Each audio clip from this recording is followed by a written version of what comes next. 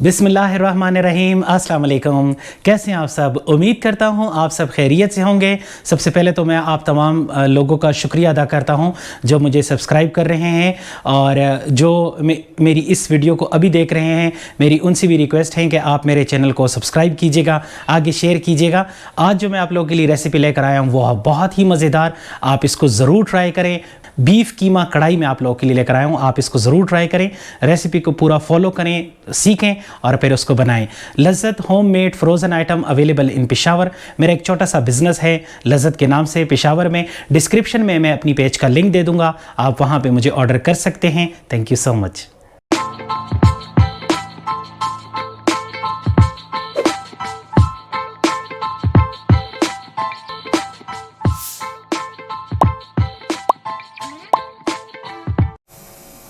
बिस्मिल्लाहिर्रहमानिर्रहीम।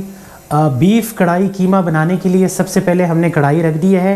उसके बाद मैं इसके अंदर कुकिंग ऑयल ऐड करूंगा। इस वक्त मेरे पास 2 बड़े खाने के चम्मच जो है वो कुकिंग ऑयल हैं। तो सबसे पहले हमने इसके अंदर कुकिंग ऑयल को ऐड कर दिया है। उसके बाद ये मेरे पास पूरा जो है लहसुन का जो दाना होता है वो मेरे पास हैं, उनको मैंने पीस लिया है, पेस्ट बना दिया है। तो अब हम इसको ऐड करेंगे इस ऑयल के ऊपर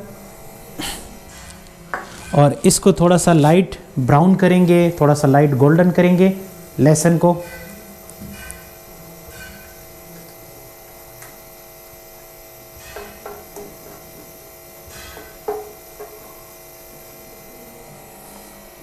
हमारा अच्छी तरीके से लाइट गोल्डन जो है वो हो गया है, ये आप देख सकते हैं। इस तरीके से आपने लहसुन को जो है लाइट गोल्डन करना है। अब हम इसके अंदर ऐड करेंगे ये कीमा। इस वक्त मेरे पास 500 यानी हाफ़ केजी जो है वो बीफ कीमा है, ये हम इसके अंदर ऐड करेंगे। और इसके बाद इसके अंदर मैं ऐड करूँगा 1 टीस्पून नमक और इसको अच्छी तरीके से अब मिक्स करेंगे।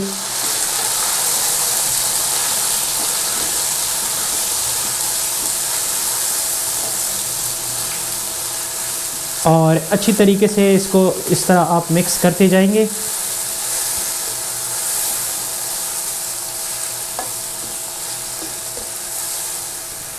अब इसके ऊपर हम ढक्कन रखेंगे और तकरीबन 45 मिनट तक मीडियम आंच पे हम इसको पकाएंगे। कीमे को हमने अब तकरीबन 45 मिनट तक जो है वो पका लिया है, ये आप देख सकते हैं। हम इसको साथ साथ जो है वो भूनते रहें, इस तरीके से आपने इसको भूनना भी है। ये बीफ कीमा है और बीफ जो है आपको पता है पकने में टाइम लगता है, तो इसको हमने 45 मिनट तक जो है वो पकाया है। अभी इसके अंदर जो बाकी मसाले जाएंगे उसमें सबसे पहले मैं इसके अंदर ऐड करूँगा 1 चम्मच 1 टीस्पून जो है वो सफ़ेद ज़ीरा इसमें ऐड करूँगा। और उसके बाद रेड चिल्ली इसमें ऐड करूँगा मैं 1 टीस्पून। और उसके बाद सूखा धनिया इसमें ऐड करूँगा 1 टीस्पून। हल्दी इसमें ऐड करूँगा 1 टीस्पून। और अभी इसको इस मसाले के साथ हम अच्छी तरीके से भूनेंगे मज़ीद 2-3 मिनट तक।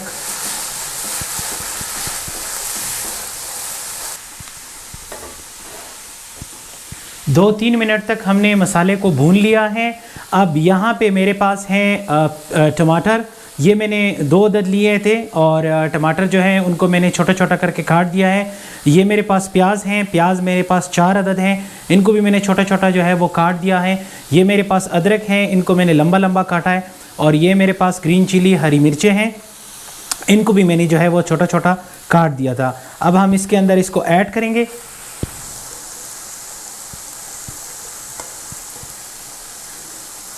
और इसको आपस में मिक्स करेंगे। मिक्स करने के बाद आपने इसको ज़्यादा देर तक नहीं पकाना है, इसको हम तकरीबन 4 से 5 मिनट तक जो है वो पकाएंगे ताकि जो हमारी वेजिटेबल हैं उनका कलर ख़राब ना हो। इस तरीके से आपने मिक्स कर लेना है। और मिक्स करने के बाद अब हम इसको 5 मिनट तक जो है वो दम पे रखेंगे, ज़्यादा देर तक जो है वो नहीं पकाएंगे।